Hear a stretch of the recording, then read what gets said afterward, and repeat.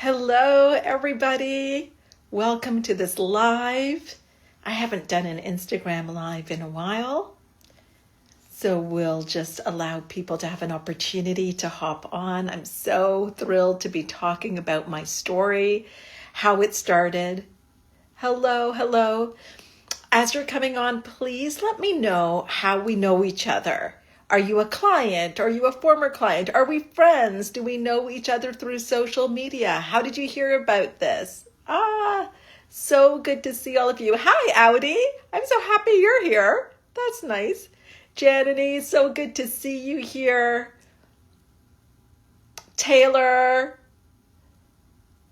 I was telling Taylor that lately I've started to meet a lot of Taylors. For the longest time, I only knew one. We have a client and a super fan. That is Marisa, I think. Yes, clients. Oh, I love it. We have the most extraordinary community, don't we? Sometimes I have to pinch myself and think, is this my life? Is this my life? And apparently it is, where I get to start my day with the most incredible people. I am with my clients a lot. We spend a lot of time together, and it's absolutely incredible. I'm inspired by them. It's difficult to explain, and it certainly would be difficult for me to think that I created this when I think back to how I started in this industry and where I am now. Where I am now is beyond my wildest dreams. I couldn't even dream this big. I couldn't have imagined. I didn't know. Hi, Mario. Hey, Sharon. So good to see you here. Thank you for all the hearts. I'm loving that. But isn't that wild to think that what is happening now is something that I couldn't have even imagined? And that is something that is possible for you as well. Sometimes when we are, following people on social media like Instagram, it can feel like they have something that we don't, or they were able to do something that is not available to us. And that's because we're seeing them at a certain stage and place in their life. What you didn't see, perhaps if you're new to me, is you didn't see when I started out and I would be booking rooms to have events, and I always booked the smallest room. You didn't see when I had a webinar and did all of the outreach for, and not one person showed up. You may not have been on the call where I was in the middle of a webinar, a public webinar, and I got hacked. And all of a sudden, porn started showing up on the screen. First they got like the whiteboard and they started drawing things that look like certain things. And I was like, who is this person? And then they completely took over the controls, and it was pornography, full pornography. I don't think I ended a meeting so fast as I did on that day. Yes, right? Thank you for those emojis, Marisa. It was like my worst nightmare. And these are all things that have happened as I've been coming up. And I recently was going through some things in my house, like organizing some things this weekend, and I found this picture. Look at this.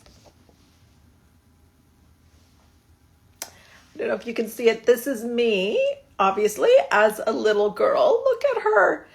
And Hollis English, who is a client of mine, she created an event. She's an extraordinary coach. She created an event, and for everybody that came to the event, she had their pictures of when they were little. And this one is mine. And as I look at her, I'm like, oh my gosh, it's going to be tough. It's going to be rough. You're going to wish you were different. You're going to wish that you were somebody different. There's going to be shame, all of these things, but stick through it.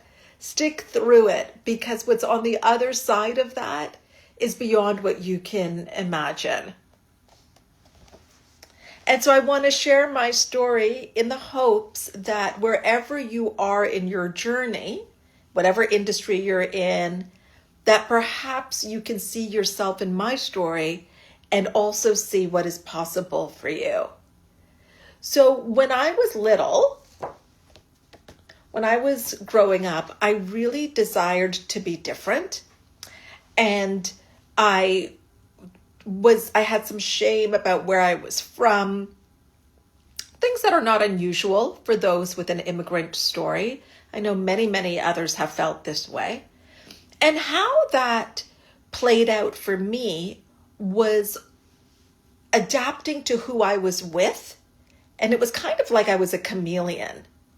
And I would really get, I would mold myself into what I thought others wanted me to be. Can anybody relate to that? Give me some hearts if you can relate to that. Were you ever a person that molded yourself when you were younger to what others wanted you to be? Maria, it's so good to see you here too. Andrea, great to see you. Yeah, so beautiful. Some hearts are coming so you can relate to that. Now, one of the positive things that came out from that is if I'm going to mold myself to how I perceive that others would want me to be, then I also became a really good listener. And I was able to adapt and I had flexibility. And these were things that ended up serving me in a really powerful way in what I decided to do. So I was always interested in people. I mean, sometimes even now, Paul and I will go out for dinner, and if there is a couple beside me, I am most likely listening in on their conversations. And now in some places, they put the tables so close together that it's really not a difficult thing to do. And Paul's like, come on over here. But I'm curious. I love learning about other people, and I also really love to help people. And one of the ways that showed up was in my psychotherapy practice. I went to the Center for Training in Psychotherapy here in Toronto. It's the equivalent of a master's. It's a very rigorous and thorough program. You had to do 4 years of group therapy. And I'm going to tell you something. There's nowhere to hide in group therapy. Has anybody here done group therapy before? Give me a heart, give me something if you've done group therapy before, because I want to acknowledge you and commend you if you've done group therapy before. There is nowhere to hide. All of your stuff is going to come out. And that is why it is so effective as well, because everything, all of the ways that you act out there, all of the stories in your head, all of your judgments, it is going to come out when you do group therapy. It's basically kind of a microcosm of your world. And so that was part of our learning. The other thing was, even before you could apply and be accepted into the program, you had to have already done about 80 hours, 80 to 100 hours of personal therapy. And many times, I don't know about you, but for me, what we gravitate towards is something that we were a client of or had to work through ourselves. And so for me, it was therapy. So I'd been in personal therapy, and then I decided to become a psychotherapist and do this training. And I really loved it. I loved it. And one of the things that would happen is you would do supervision. What supervision is that I was allowed to start to see clients under supervision. So I would take my client cases, to a supervisor, a faculty member, and we would discuss them just to make sure that I was also very much grounded and working through any triggers that would come up for me when I'm sitting with somebody. It was so interesting. You're going to hear this on the podcast. I spoke to Monica, who's a sexual embodiment coach, And she works very intimately with people in this space. And I was asking her about her own boundaries. And she said, yeah, she's got to park her own sexual energy so she doesn't bring that into the room. Well, as a psychotherapist, we've got to park our own things so that we don't bring that into the relationship. But things are going to come up for you. There are going to be things that you may get triggered of. And so you've got to go and have a place, especially as somebody just starting their practice, to be able to go and unpack what is happening for me when this client talks about X, Y, or Z. And so that's exactly what I would do in supervision. And in supervision, you're there for a couple of years because you've got to get a certain amount of clinical hours. All of this time, I never thought of myself as an entrepreneur or even as really self-employed, except maybe when it came to do my taxes. I thought of myself, my self-image was, I'm a psychotherapist. Now, when you're done supervision, the great thing about supervision is that you are also, clients are being brought to you because they will speak to a faculty member at the school, and that faculty member will match them up with a student. So these are for people that want to experience psychotherapy at a reduced rate. And I think the rate, I want to say, was like $30 an hour or $35 an hour. So I just want you to understand something. That was the rate. And now private clients, when I work with private clients, it's $100,000 upfront, paid in full. So that's a journey. And that journey is a self-image journey. Okay. So first of all, are you enjoying this so far? Is this good? I'm going to continue here.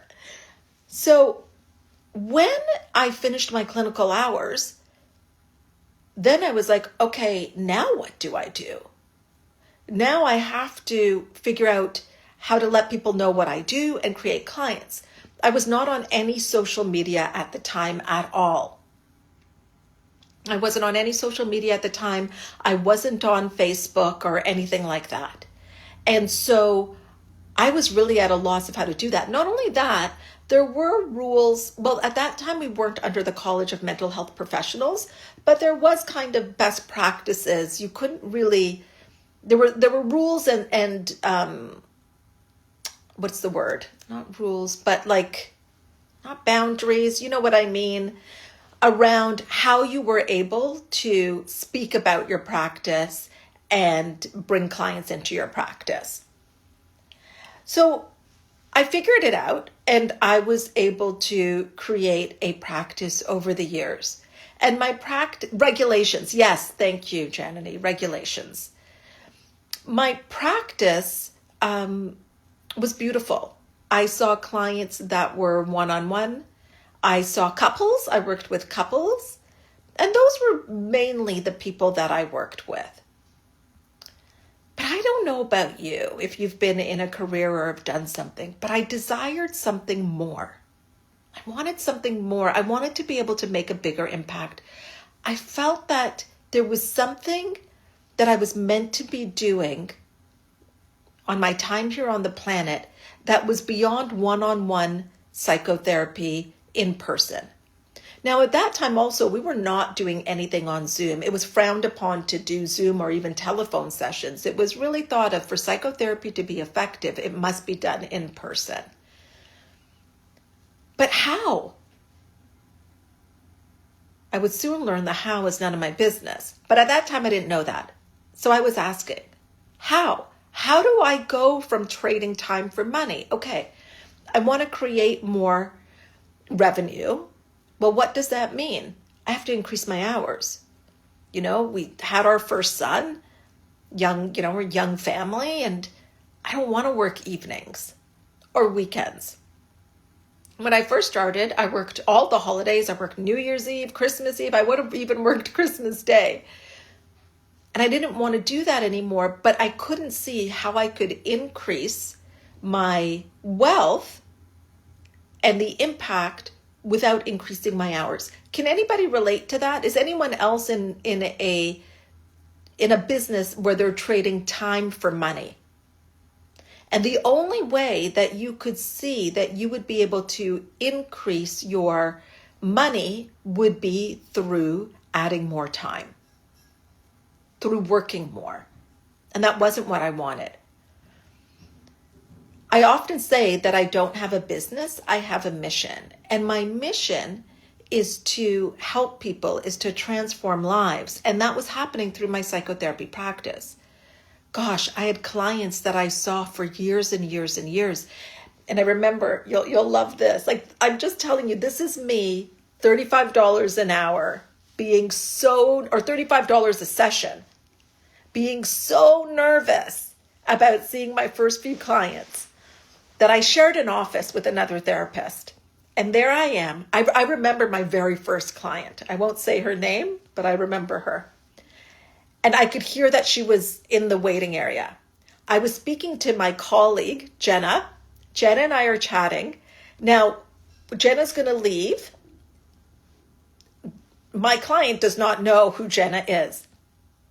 So this is how nervous I am. I'm like, Jenna, when you go, can you have a presence of, that was a really satisfying session and I have the best therapist? I was so nervous. I was so nervous to sit with this person. Anyways, she did. And what's so funny, I think she did anyways, is that client had no idea that she was my first client ever. And that client had no idea how nervous I was. And I remember my own therapist saying to me, Hina, do not worry about it. Trust me, your clients are really concerned with what's going on with them. They're not concerned with you. And that was so true. But I remember that. I remember being so nervous. So again, I just want you to hear that was $35 a session of where I was to now when I work privately with clients, it's $100,000. That is a difference in identity. That is a difference in self-image. And that is the purpose of a goal, to grow. So here I am now. I've been practicing psychotherapy for over a decade, and I really have a desire to make more of an impact. But to be honest, I feel I've got some judgments around that. My judgments are, I'm doing okay. I don't really need to make more. And maybe it's kind of greedy to want to make more. So there's really nothing wrong with what I'm doing. My mom finally understands what I'm doing because she didn't really understand what I was doing before, although I think she would just tell people I was a psychiatrist. So I could just stay where I am. But have you ever had something that's calling you forward, calling you for something else? And that's when I started to look into coaching. And I had judgments around that. I felt like, oh my gosh, this is so interesting to say now. If I'm going to be completely honest with you, I kind of looked down at the coaching industry. And I think that was because there was no required education to become a coach. And so I looked down on it. And then I met my mentor, Bob Proctor, who had 1 month of high school education, right? So I'm already looking down at the industry. And then I meet my mentor. Here he is. There he is, right behind me. Where are you, Bob? There you are. And he's got this incredible business. He's helping millions and millions of people. And he's like the kindest, smartest person I think I've ever met. His awareness is incredible. I love who he is. And I'm like, okay, I think I need to get over myself because there's something here. So I can sit there and have my righteousness and have my judgments, or I could have the life that I want and learn from somebody that is actually doing it. So I took a step and I invested in myself in coaching, which was a very big step for me because first of all, the price tag was something else that I was not used to. Although I had paid that much in my education, I had no paradigm of paying it in my education because I was getting this diploma afterwards. I was getting a title afterwards. What? I'm just going to pay somebody for coaching, like life coaching, like business coaching? But where's the piece of paper that I get afterwards? So that was a real paradigm for me because I didn't value it like I valued my investing in myself in psychotherapy. I had to take out loans to do that. I had to borrow money to do that, but I didn't have judgment around doing it. Oh, you're so welcome. Vanessa says, thank you for sharing this unfiltered story and raw emotions of your first session. Yes. Oh my gosh. So nervous, Vanessa. And so I'm happy that I got over myself and I invested because then I could see how it is that I could have what I wanted. And what I wanted, honestly, was a jump from here to here. What I got was like a jump beyond. But what Bob shared with me was that he said, it's not that you don't desire to or you're not capable of it. He said, you're just not aware of how to do it. And in the psychotherapy world, there's also this paradigm around, because, we're in the mental health space. So you didn't really talk about money. I had such an edge. So when I finished supervision, and for those of you that are just popping in now, once this is up, go listen to the beginning so you can hear the whole story. When I started in supervision, when I finished supervision, I could raise my rates. Paul reminds me, my husband Paul, of how nervous I was to raise my rate to like $40 a session. So for me, for my self-image, this is really a big stretch for me. This is not comfortable. I'm way out of my comfort zone. We talk, and when we're talking about money in psychotherapy, it's very natural to talk about sliding scales, to talk about things like that. And the way that you get paid in psychotherapy as well is you get paid either at the beginning or the end of the session. You don't do packages per se in a traditional psychotherapy practice. So even the way of receiving is very different. So there was so much that I had to learn because I had a lot of money paradigms. So first of all, the work was internal. You see, I had to increase my internal safety, my internal feeling of safety for money and success. I'll say that again. I had to increase my internal feeling of safety around receiving money, success, and increasing my visibility. Who did that just land with? Oh, Janity, I'm so happy. This is so helpful.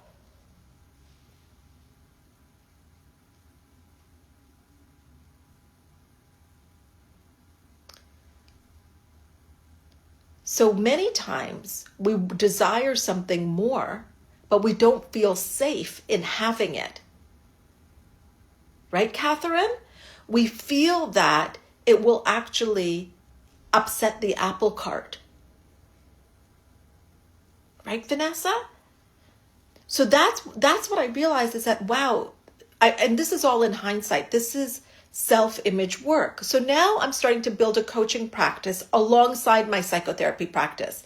I wasn't ready to let go of my psychotherapy practice, although I was doing more coaching and I was digging the coaching. I was really, really loving it. And it was where I wanted to be more.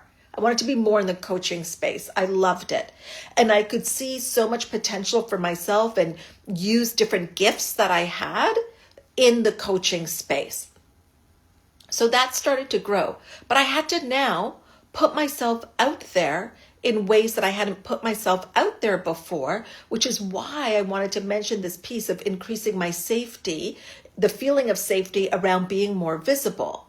And now I had to really dive into some business acumen. I finally realized I'm an entrepreneur.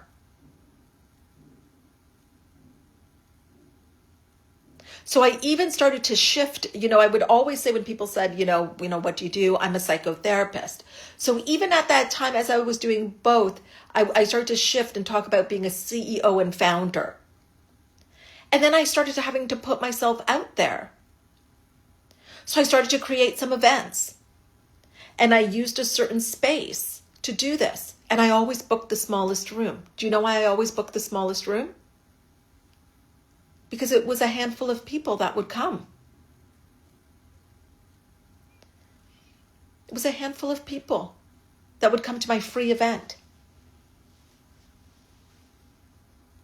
And then I grew because I kept doing it. It was my consistency was my superpower. And then we were able to go into a little bit of a bigger room. And then we were able to go into a little bit of a bigger room. But this did not happen overnight. And now we've even outgrown their biggest room.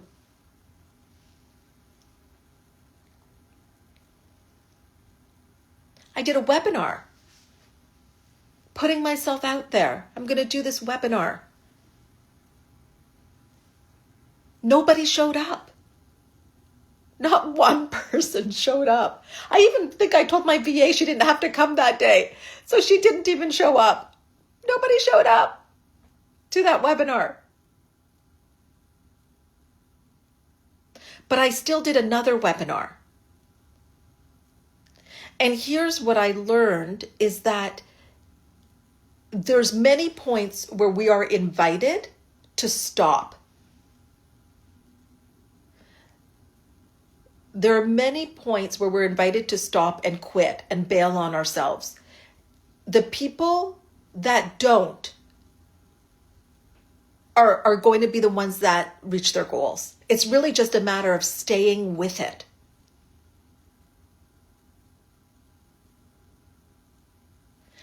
And you're so right, Maria, a transition into a new space is like the Wild West. There's a whole other set of rules. So I remember, Maria, I wasn't even on social media. I wasn't on Facebook. I wasn't on Instagram. So I even started my coaching without still being on Facebook and Instagram. I had joined Facebook because I had to join there were groups I wanted to join and you had to have an account.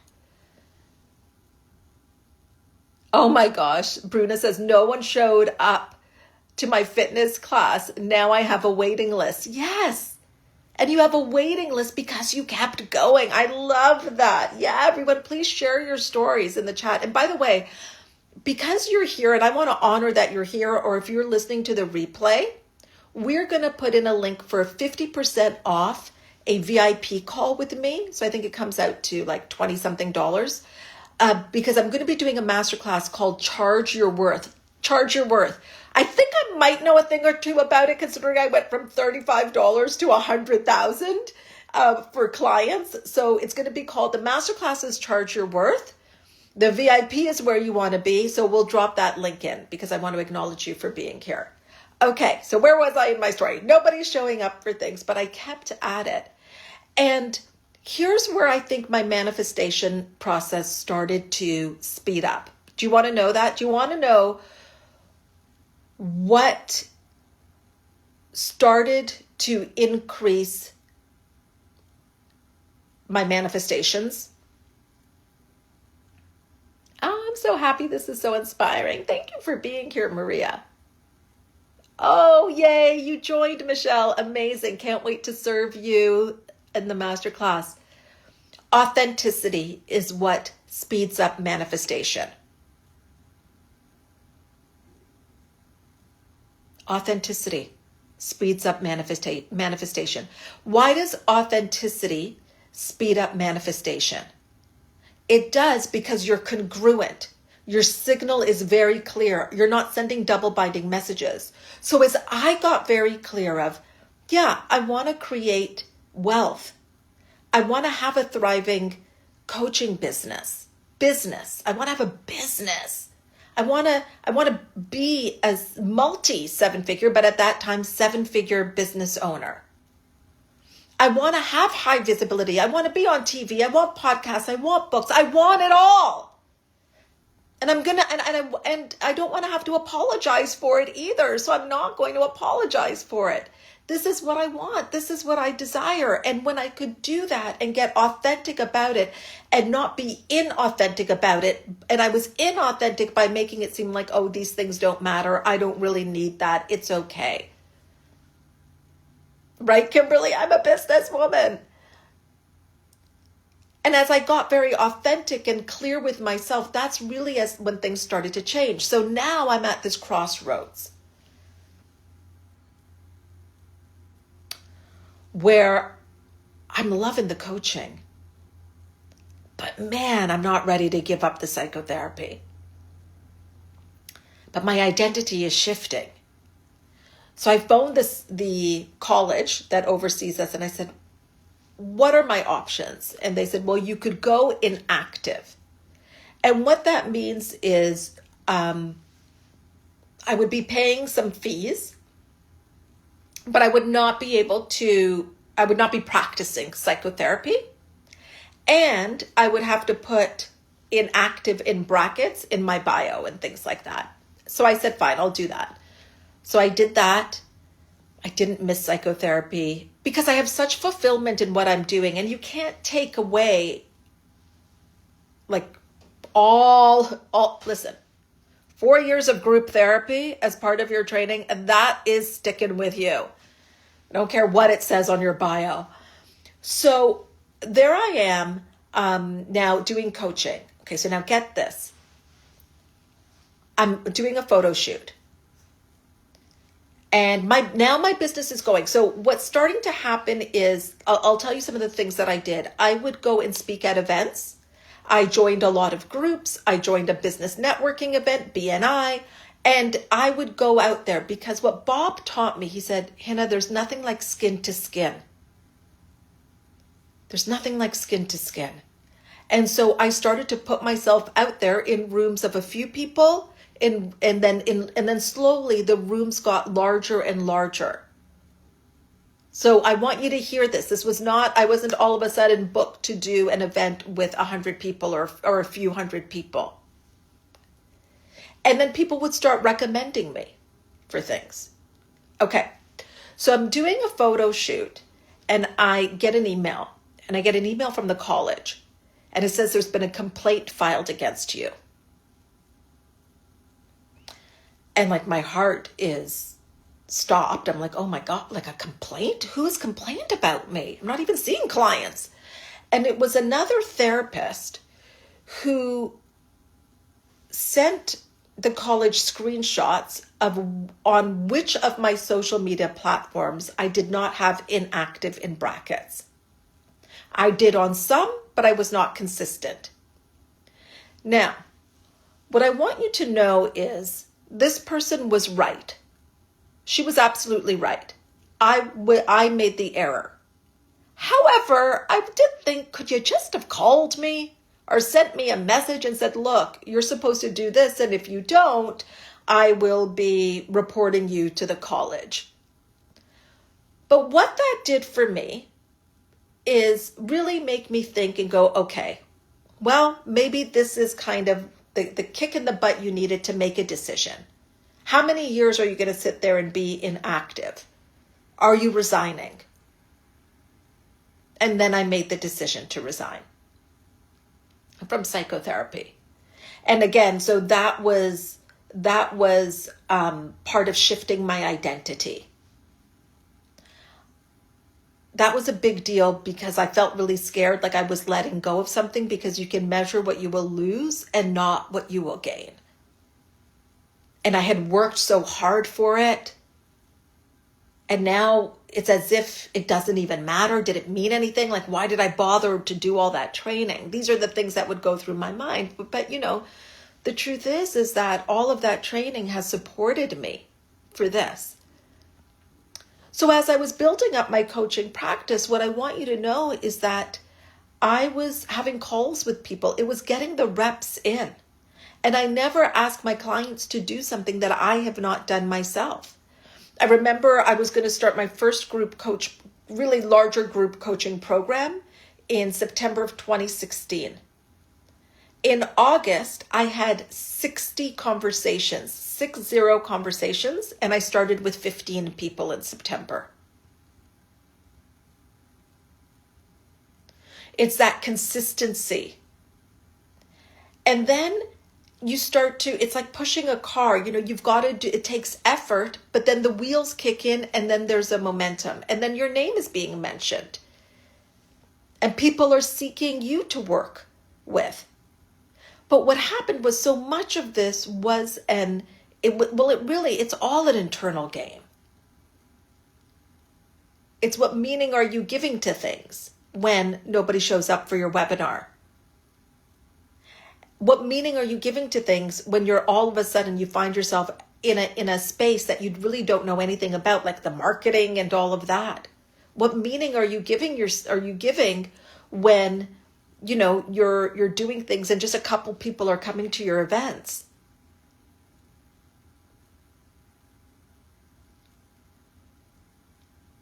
And I wouldn't change it for anything. One of the things that psychotherapy really gave me was the ability to sit and be with people in all of their emotions. In pain that you wonder, how did you wake up this morning? How did you wake up this morning? The capacity to be with people when they are at their lowest.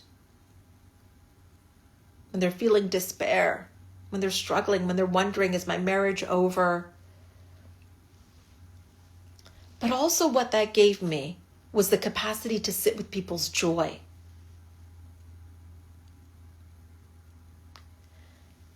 And when we do this masterclass, Charge Your Worth masterclass, it's you recognizing your own value.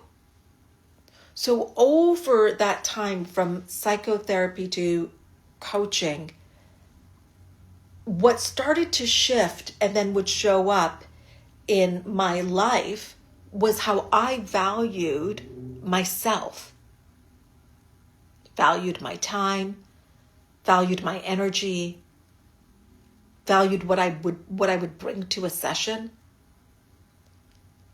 Even at $100,000, even at that investment, I believe that the client is getting a deal. Even at $100,000, I believe a client is getting a deal. And what I started to realize as I was looking at my own pricing and changing things throughout my journey was that when you're undervaluing, you're keeping your energetic bank account very low. So that's why I'm so passionate about this, because I've been there. I've been scared to charge $40 a session. And what I realized is with all of this work, what we really do in my programs and in my coaching is now I create a very strong, unshakable container for my clients that are going like this, where I was when I was like this, to be able to energetically hold a place for life when life is going to life, for things that happen, for when nobody shows up to your webinar, to when you have your first client that pays you in full for a year of coaching, to bringing in a strategic investor into your business like Lexi just did with Wax On. It's holding that space for all of it, including all of the celebrations, all the joys, and then the heartaches as well when it doesn't go well. And as I started to value myself and really lean into and accept I am the CEO and founder of this business, I change lives, I create massive transformation for my clients, I value myself, I value my time. Nobody wastes my time. As I started to really lean into this and create an internal safety to receive more, money, success, visibility, because you're putting yourself out there. There's more people, there can be more opinions, let's say. And so you want to have a really strong foundation to weather it, to weather the storms that happen. And then I started to notice a jump in my revenue. I think when I was doing psychotherapy, I can't remember completely, but I think I was maybe just under 6 figures. And so I started to notice a jump in my revenue, and I remember when I kind of jumped to 250, and this is all, I didn't have a big team. It was myself and a VA that was not even full-time. And then I had contractors. And then I remember it jumped 250 to 500. Like I had these what might feel like quantum leaps, and then 500K to $1 million was in a year, like was a jump. And I remember my accountant, God bless my accountant, he was so happy for me. And I used to be so embarrassed sometimes when I was bringing in my receipts for all of the personal, professional development I was doing, because I thought that he would be judging me about it. But he was like, look, it's paid off. Like, look at this is great. And he's like, oh my goodness. And then people would want to know, what are you doing? Like, what did you do? And what I can tell you, what I did was work on my self-image. What I did was, when nobody showed up for that webinar, I had another webinar. What I did was, when I was in the smallest rooms, I booked that room again the next day, the next time, until I had a bigger room. And then I valued myself. I started to recognize what I bring to the table, what I bring, the dramatic difference that happens in a person's life when they are my client. And I valued that. I valued it, and my self-image started to shift, and it had to do with who I was spending time with. Because remember, when I was in my psychotherapy practice and with my psychotherapy colleagues, the paradigm there around money is very different. And if I said I want to create 7 figures, they would just be like, first of all, why would you want that? That's not what this is about. And then how would you do that? So I was now in a space also where people were talking about money, and they were talking about it in a really natural, neutral way. 7 figures was not a big deal. It was like, yeah, of course. And so that's what started to shift so first internally, and then also externally, my environment, what I started to consume. Because there were times where I remember this one month, I'd had a good month the month before. The next month, like a dip, not one client until the last day of the month. I had one sale. The last day of the month. And I remember what I was doing all of that month was, Hina, this works. Like, just stay in your visualization. Don't get caught up in external circumstances. You are abundance. That was such a great teacher for me, that moment of staying living from the end, like staying with what I wanted it to be, what I desired to have, and accepting that it's here now, even though in the physical, my results weren't showing it. That's what increased my self-image.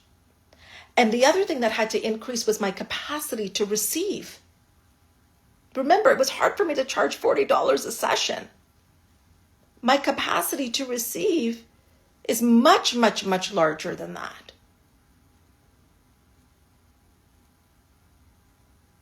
And I'm going to be sharing more of this when we do the Charge Your Worth Masterclass, because as I'm speaking here, I can just see how the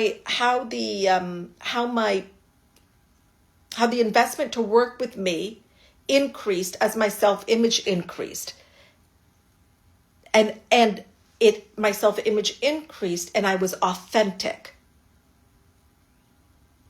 So some of you are being inauthentic by undervaluing yourself. And I remember I was at that place, and then at one point I increased my rate, And it was actually easier to receive clients at that price point than it was before when the price point was less, because it wasn't a match to me. I created that price point to be less. At one point it was a match to me, but I had outgrown it, but I was keeping it out of fear because I didn't think people would pay me more. But it wasn't a match, so people could feel that it was off. Have you ever done that? Have you ever felt uncomfortable by paying somebody what you feel like is too low?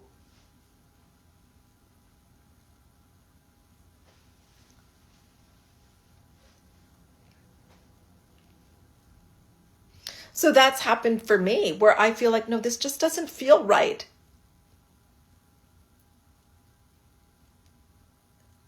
So these were all of the things that happened. And I feel like, oh my gosh, there's so much more probably that I could share, but we've been here for 45 minutes. I want to thank you for being here. I'm going to let me just see here. I wrote some notes down to see if there was anything that, that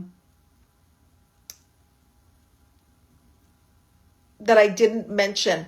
I would also say that, again, it's the rooms that you're in, and starting to invest in myself showed me that I was valuing myself. I valued having someone in my corner, even though it was a real big paradigm shift from investing in my psychotherapy training. So with that, we are inviting you to a VIP call, which will be at the end of the Charge Your Worth Masterclass.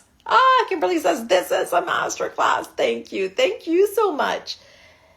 And I would encourage you, if anything I have said today resonates with you, what I can say to you is that when years ago, before I was at this point, I was sitting where you're sitting, listening to somebody, and they would present an offer like, here's a VIP call. This one, there's an investment, like I said, $20 or $30, something like that.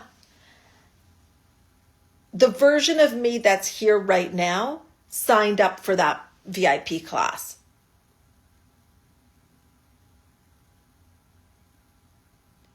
And in doing that, I was putting myself in certain rooms. And what I was doing, what started to become important to me, was access to proximity.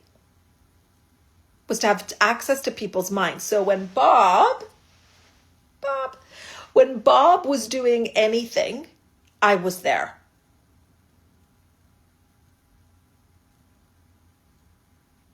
Because the proximity of being in his energy was so valuable to me. He could have been on stage reciting the telephone book, and I would have been there taking notes.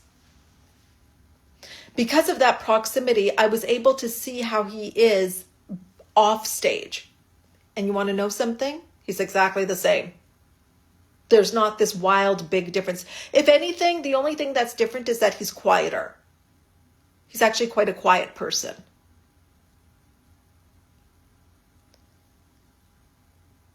My coach, Steve Hardison, same thing. It's that proximity. It's to be in the energy. The telephone book. Kimberly, did I just age myself? Anybody else remember the telephone book? You're like opening it up. Okay, then going to the phone that's attached to the wall. I've got some years. But you know what? She'd be so proud. She'd be so proud of what we did, of what we accomplished. And, I'm always very, very transparent about my story and everything that happened along the way, because I think that that's truly what can help people. I think showing the picture of the private jet, yeah, that's fun. That's fun. And I love it. And I love to equally share that nobody showed up on a webinar.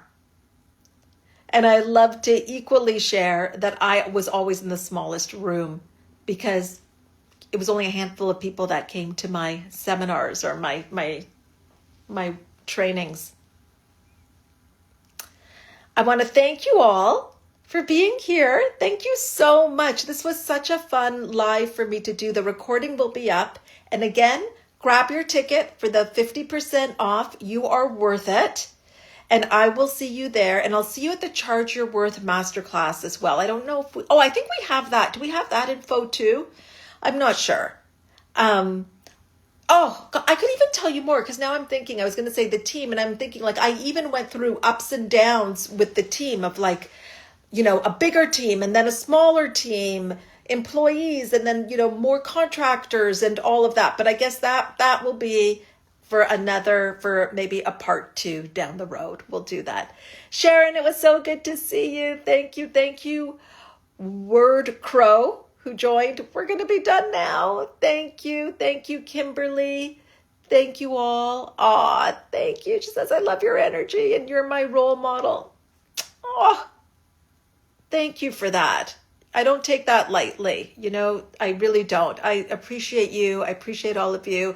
And I will see you on our masterclass or see you here on Instagram. And please interact with me on Instagram. Send me DMs. And by the way, we're going to have our season 4 podcast coming out very, very soon. Very soon. And I've got some incredible guests for you to hear. Thank you, Michelle Catherine Rose. I love that name too. Always enjoy listening to you. Thank you, Tara. And we will see you all very soon.